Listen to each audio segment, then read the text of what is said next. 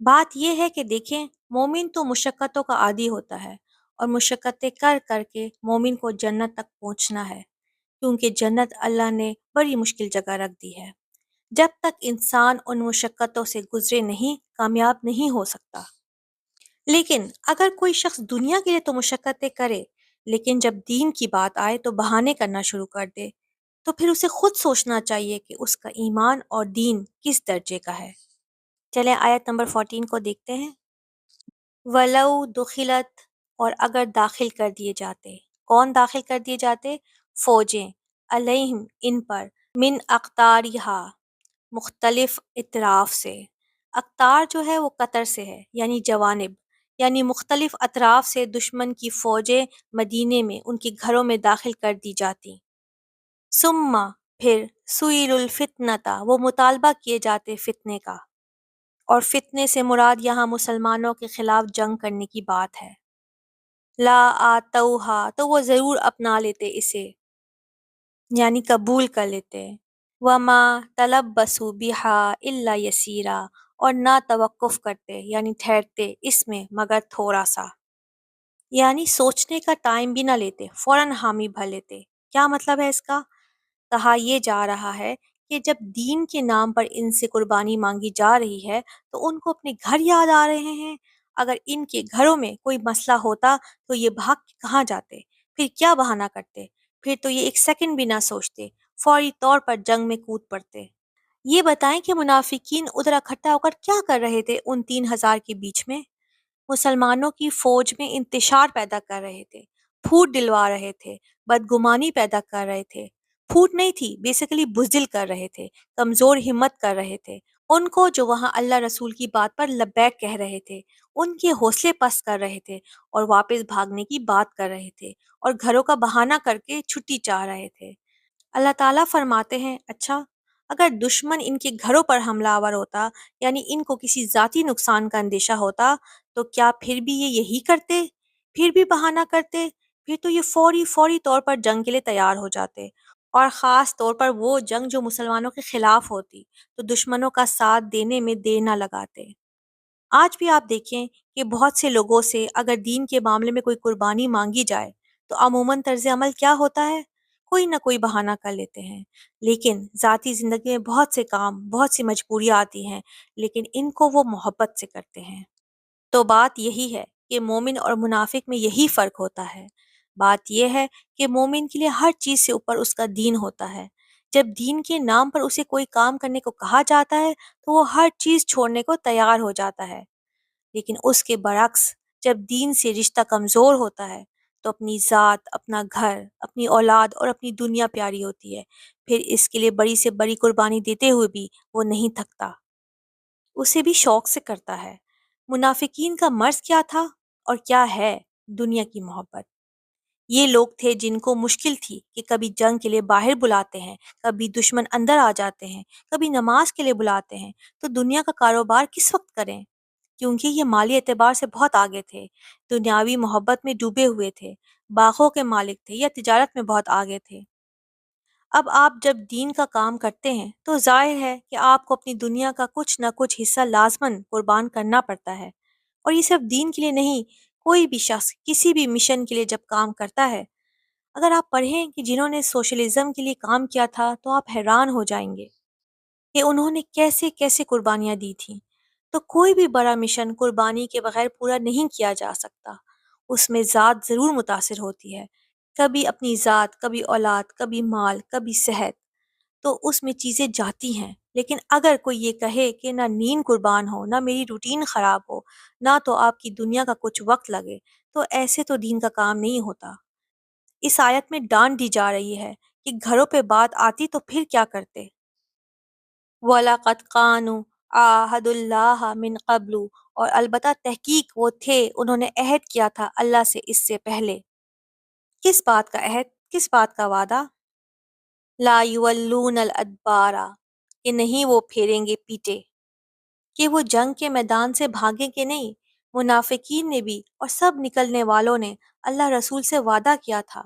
کس بات کا وعدہ؟ کہ ہم ثابت قدم رہیں گے اور جو آپ کہیں گے وہ کریں گے۔ لیکن منافق کی صفت کیا ہوتی ہے؟ کہ وعدہ کرے تو خلاف۔ یہاں وہی چیز نظر آ رہی ہے۔ انہوں نے تو اسلام دوستی ظاہر کرنے کے لیے بڑے بڑے وعدے کیے تھے اور بڑی بڑی قسمیں کھا رکھی تھیں اور دعوے کیے تھے کہ ہم ایسا بھی کر دیں گے ویسا بھی کر دیں گے اسلام کے لیے۔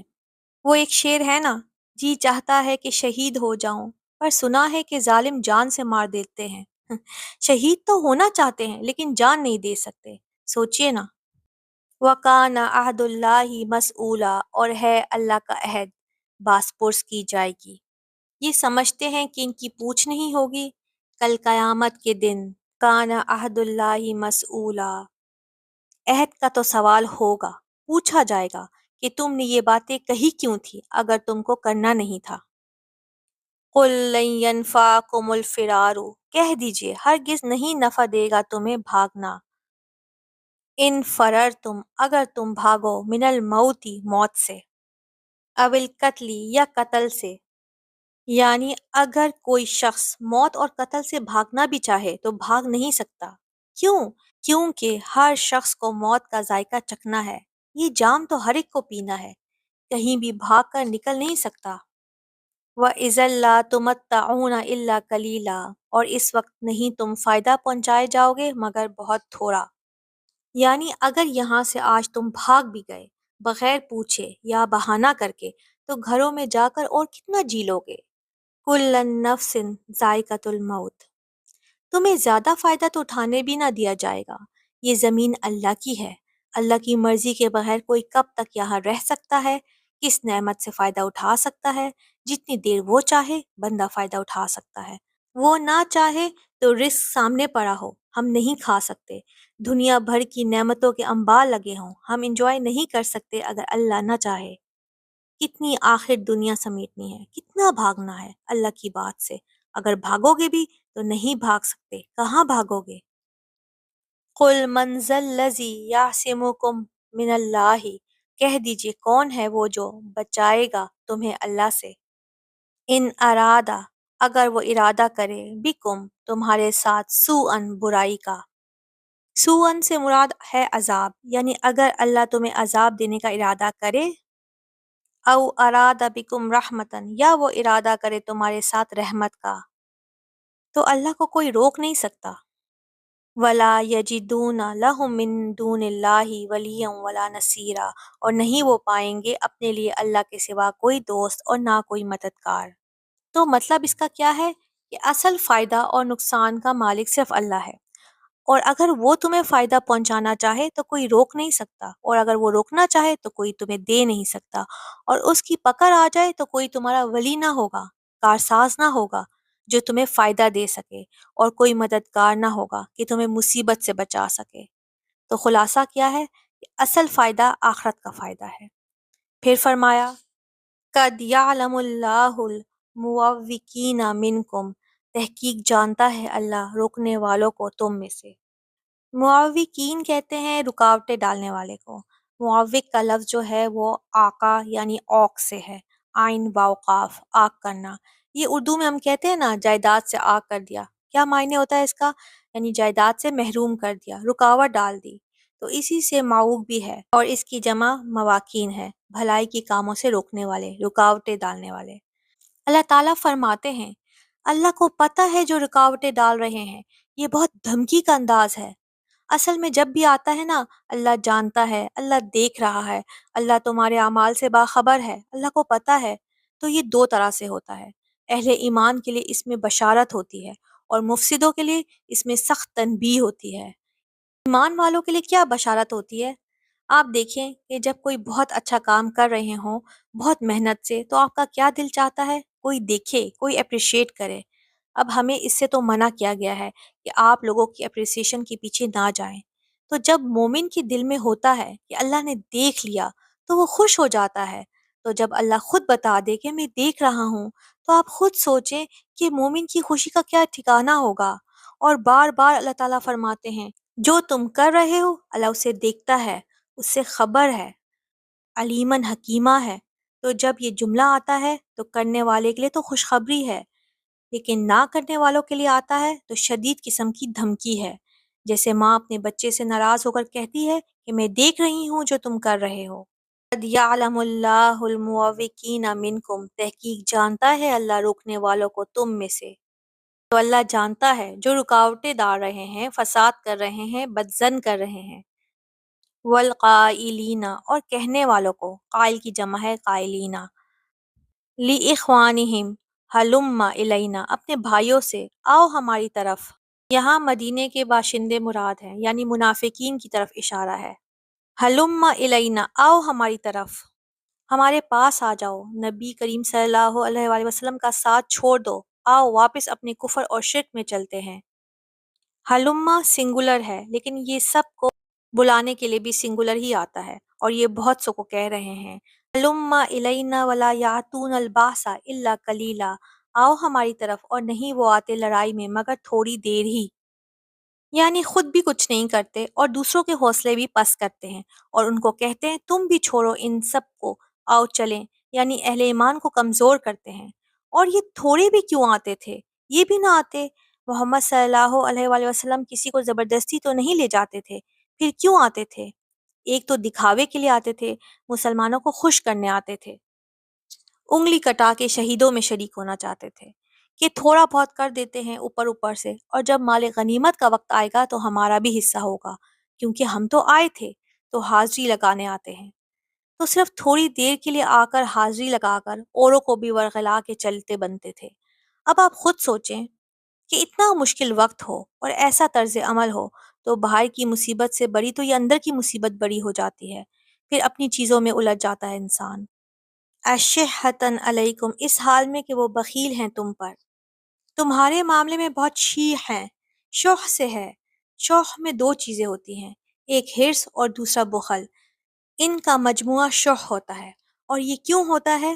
دل کی تنگی کی وجہ سے. اس لیے شوح دل کی تنگی کو کہتے ہیں، یعنی جموعاً منوعاً. یہ دو لفظ آتے ہیں شوح کو ایکسپلین کرنے کے لیے کہ جب لینے کا معاملہ آتا ہے، اپنے لیے خیر سمیٹنی ہوتی ہے تو کیا کرتے ہیں؟ جموعاً، جمع کرتے ہیں خوب. اور جب دینے کی بات آتی ہے تو منوعاً، بالکل نہ دینے والے. یہ ہوتے ہیں شوح، یعنی لینے کے حریص اور دینے کے بخیل. تو تمہارے معاملے میں بہت حریص ہیں کہ تمہیں کوئی خیر نہ پہنچے، بہت تنگ دل ہیں تمہارے معاملے میں. فَإِذَا جَاءَ الْخَوْفُ، پھر جب آتا ہے ان پر خوف.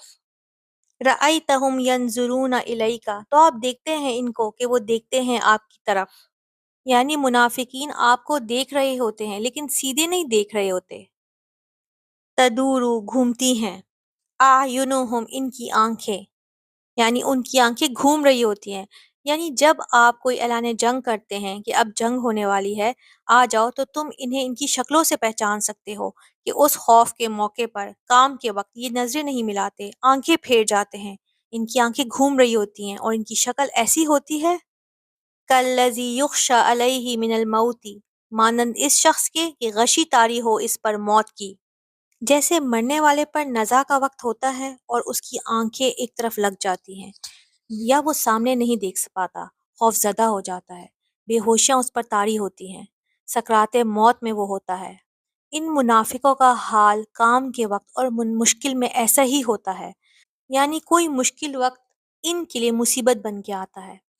اس میں آپ دیکھیں کہ قرآن کی جو قوت تصویر ہے، یعنی کہ جو منظر کشی ہے، بات کو واضح کرنے کا جو طریقہ ہے، وہ بہت ہی پاورفل ہے. صرف یہ نہیں کہا کہ وہ اس وقت نظریں نہیں ملاتے آپ سے اور پھر وہ ادھر ادھر ہو جاتے ہیں یا کام چوری کرتے ہیں. پوری تصویر کشی کر دی گئی ہے. یعنی ایسے لگتا ہے کہ جیسے آپ نے کسی کو مرتے وقت اگر قریب سے دیکھا ہو تو جو قریب سے کیفیت ہوتی ہے اس وقت، یعنی کتنے لوگ سرہانے کھڑے ہوتے ہیں لیکن مرنے والا کسی کو بھی نہیں دیکھ سکتا، اس کی نظریں اور ہی جمی ہوتی ہیں. وہ نقشہ یہاں کھینچا گیا ہے. اور یہ بھی یاد رکھیں کہ موت کے وقت سکرات ہوتی ہے، موت کی بے ہوشی ہوتی ہے، تکلیف ہوتی ہے. اس لیے آپ صلی اللہ علیہ وآلہ وسلم نے دعا سکھائی ہے، اللہم اعنی علی غمرات الموت و سکرات الموت. فَإِذَا ذَهَبَ، پھر جب دور ہو جاتا ہے، الخوف، خوف، سلکوکم، تو چڑھ چڑھ کر بولتے ہیں تم پر، بِأَلْسِنَةٍ حِدَادٍ، تیز تیز زبانوں سے. یعنی جب خوف چلا جاتا ہے اور حالات نارمل ہو جاتے ہیں. سلقوکم کہتے ہیں ایذا پہنچانے کو، بِأَلْسِنَةٍ یعنی 7 زبانوں کے، لسان کی جمع ہے. ہدادن کہتے ہیں حد سے نکلا ہے، حدید بھی اسی سے ہے، حدید کہتے ہیں لوہے کو، یعنی تیز زبانوں کے ساتھ لوہے جیسی تیزی کے ساتھ آپ صلی اللہ علیہ وآلہ وسلم کو تکلیف پہنچاتے ہیں، سخت باتیں کرتے ہیں آپ سے۔ اس سے آپ اندازہ لگائیں کہ منافق کی علامت کیا بتائی گئی ہے، کہ جو زبان کا ایسا تیز ہوتا ہے، اہل ایمان کو ایسے دکھ دیتا ہے کہ گویا کسی نے چھری سے کاٹ دیا۔ کیونکہ مومن مومن کے لیے کیسے ہوتا ہے؟ شدید سے شدید مخالفت میں بھی مومن مومن کے لیے مہربان ہوتا ہے۔ قرآن خود بیان کرتا ہے، آپ اس میں مہربان ہوتے ہیں۔ صحابہ کرام کے درمیان بھی اختلاف ہوتے تھے، ایک دوسرے سے ناراضگی بھی ہو جاتی تھی، لیکن زبان نہیں چلاتے تھے، ایسی زبان نہیں چلاتے تھے کہ دوسرے اہل ایمان کے لیے دکھ دینے کی چیز بنے۔ تو منافق جو ہے وہ کام کے وقت نظریں پھیر لیتے ہیں، اور جب موقع ختم ہوتا ہے تو آپ صلی اللہ علیہ وآلہ وسلم کے پاس آتے ہی تیز زبانوں کے ساتھ آپ کو سخت باتیں سناتے اور تکلیف پہنچاتے تھے۔ سلقہ کا لفظی معنی ہوتا ہے انڈے یا سبزی کو آگ یا پانی میں جوش دینا، تو یہ سلقہ کا مطلب ہوتا ہے انڈے کو ابالنا۔ مراد یہ ہے کہ تیز ہاتھ چلانا یا زبان درازی کرنا۔ کوئی شخص بات کرتے ہوئے ہاتھ بھی چلائے اور تیز زبان بھی چلائے، بد اخلاقی کا مظاہرہ کرے، اس کی صفت یہاں بیان ہو رہی ہے، اس کا نقشہ یہاں کھینچا جا رہا ہے۔ مومن کی یہ شان نہیں ہوتی، وہ بات کرنے میں محتاط ہوتا ہے۔ جو شخص اللہ سے نہیں ڈرتا وہ کسی بندے کو بھی کبھی عزت نہیں دے سکتا۔ ایسا کیوں کرتے تھے وہ؟ کہ مسلمانوں پر روب ڈال کر اپنا فائدہ نکالتے تھے، اتنا سناتے تھے کہ اگلا بندہ سمجھتا ہے کہ ہاں میرا ہی قصور ہے، یعنی اتنی تیز زبان ہوتی ہے کہ اپنی غلطی بھی دوسروں پر ہی ڈال دیتے ہیں، اور دوسرا یہ سمجھتا ہے کہ ہاں میرا ہی قصور تھا۔ اشحتن علی الخیر، اس حال میں کہ وہ حریص ہے مال غنیمت پر۔ اور ایسا وہ کیوں کرتے تھے؟ مال غنیمت کی حرص میں۔ خیر سے مراد مال ہے، یعنی جو بھی جنگ میں مسلمانوں کو فائدہ ہوا اسے حاصل کرنے کے لیے۔ اولئک لم یؤمنوا فاحبط اللہ اعمالہم، یہ لوگ ہیں کہ نہیں وہ ایمان لائے، چنانچہ ضائع کر دیے اللہ نے ان کے عمل۔ ایسے لوگ ایمان نہیں لاتے، بظاہر تو اسلام لا رہے ہیں لیکن ان کا اسلام قابل قبول نہیں۔ تو اللہ نے کیا کیا؟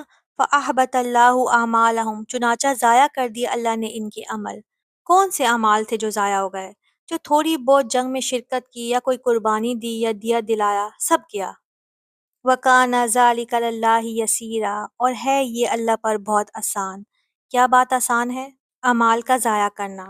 ان آیات سے کیا پتہ چلتا ہے؟ کہ یہ آستین کا سام تھے، منافقین، جو بظاہر تو مسلمان کہتے تھے اپنے آپ کو، لیکن اندر سے دھوکے باز تھے، سخت منافق تھے۔ الحمدللہ۔ السلام علیکم ورحمۃ اللہ وبرکاتہ۔